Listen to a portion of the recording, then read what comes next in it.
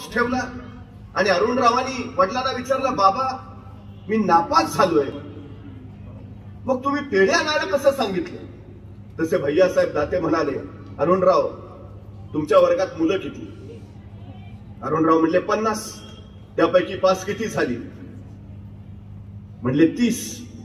आणि नापास किती? माझ्या सहित 20. अरुणराव मला फक्त एक सांगा, त्या पास झालेल्या 30 जणांपैकी किंवा तुमच्या वर्गातल्या एकूण तुम्हाला सोडून एकूण 50 जणांपैकी किती जणांना तुमच्यासारखं गाता येतं? अरुणराव म्हणले एकालाही नाही. हे पेढे त्यासाठी आहेत. अरुणराव इंजिनियर हजारो होतील, डॉक्टर हजारो होतील, पण भारावून टाकणारा आवाज तो एकच असतो. या जगण्यावर, या जन्मावर शतदा प्रेम करावे, हे गीत अरुणदातेंनी गायलं आणि आत्महत्या करायला गेलेली माणसं त्या सुराने परत आली.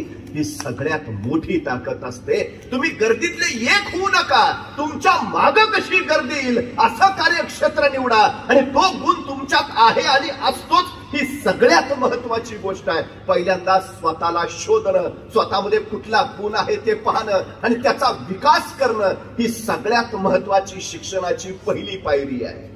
आम्हाला ते निर्माण करता आलं पाहिजे, हे सगळ्यात महत्वाचं.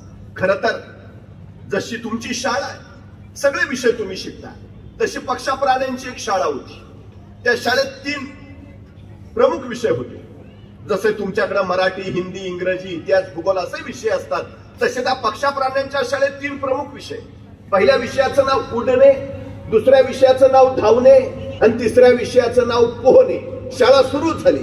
ऍडमिशन